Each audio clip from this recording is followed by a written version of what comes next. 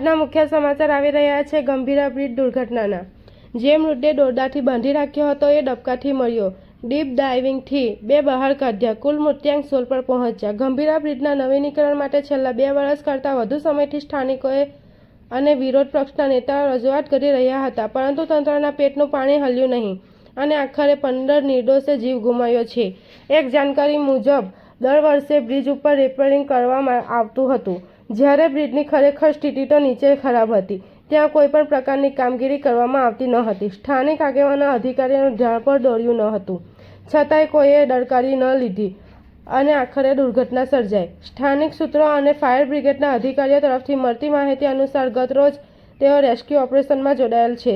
રેસ્ક્યુની કામગીરી દરમિયાન ગઈકાલ ફાયર બ્રિગેડની ટીમને બ્રિજના પડેલા ટુકડા નીચે દબાયેલા વ્યક્તિનો હાથ દેખાયો હતો, પરંતુ સ્લેબ હટાવી દબાયેલા વ્યક્તિને બહાર કાઢી શકાય તેવા કોઈ સાધનો ઉપલબ્ધ ન હતા, જેથી હાથને એક દોરડા વડે બાંધી રાખવામાં આવ્યો હતો અને બ્રિજના વજનદાર ટુકડાને હટાવવાની રાહ જોઈ રહી હતી। તેવામાં આજે સવારે બનાવ સ્થળથી થોડે દૂર ડબકા ખાતે નદી કિનારે એક મૃતદેહ મળી આવ્યો હતો। જો કે આ મૃતદેહ દોરડાથી બાંધી રાખેલો હોવાનું અનુમાન છે, જે નદીના પાણીમાં વહેણમાં વહીને કિનારે પહોંચ્યો હોઈ શકે। જ્યારે બીજી તરફ આજે સવારે ડીપ ડાઇવિંગ કરી 2 મૃતદેહ બહાર કાઢવામાં આવ્યા હતા। આમ ગંભીરા બ્રિજ દુર્ઘટના મૃત્યાંક 15 પર પહોંચ્યા છે, જ્યારે હજી પણ કેટલાક લોકો લાપતા છે। નદીમાં ફસાયેલા વાહનોને બહાર કાઢવા માટે 200 ટન વજન ધરાવતી ક્રેન મદદ લેવામાં આવી છે, જેમાં કેપેસિટી 27 ટન જેટલી ઉઠાવવાની છે, પરંતુ બ્રિજની હાલત જોઈને ક્રેન 12 ટન કરતાં વધુ વજન ઉઠાવી શકે તેમ નથી। આ ઉપરાંત નદીમાં ફસાયેલા ટ્રકનું કેબિન કાપીને તેને કન્ટેનરથી છૂટું પાડી દેવામાં આવ્યું છે। જો કે આ વાહનોને નીચે કાદવમાં હજી પણ મૃતદેહ દબાયેલી હોવાની આશંકા સેવાઈ રહી છે।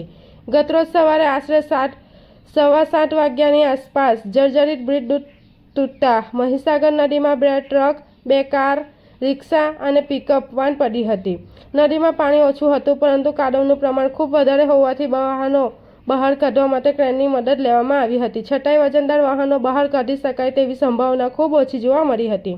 ત્યારે નદીમાં ફસાયેલા વાહનો બહાર કાઢવા માટે નદીના કાંઠે રસ્તો તૈયાર કરવામાં આવી રહ્યો છે, કારણ કે નદીમાં કાદવનું સ્તર 3 મીટર જેટલું ઊંડું છે, જેના કારણે મશીનરીનું કાર્ય મુશ્કેલ બન્યું છે।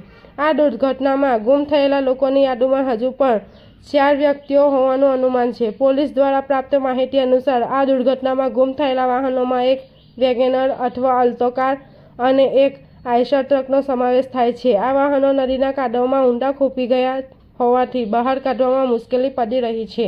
રિપોર્ટર દિવાન નજીર, વેડજ।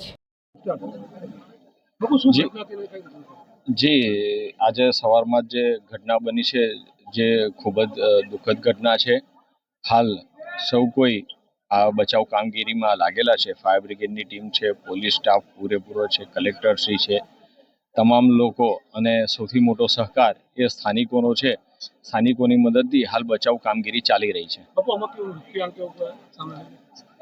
મૃત્યાંક લગભગ હાલ 3 જેવા મૃત્યુ થયા હોય તેવું જણાઈ આવે છે અને પૂરી બચાવ કામગીરી પૂર્ણ થશે ત્યારબાદ જ ચોક્કસ આંકડો જાણી શકાશે। ખૂબ દુઃખનીય છે। સમગ્ર બાબતે સરકારશ્રીના લાગતા વળતા તમામ વિભાગોમાં 2022ના ઓગસ્ટ મહિનામાં રજૂઆત કરવામાં આવી હતી। ત્યાર દિનથી આજ દિન સુધી સરકારના અધિકારીઓ દ્વારા કોઈપણ કાર્યવાહી કરવામાં આવી નથી।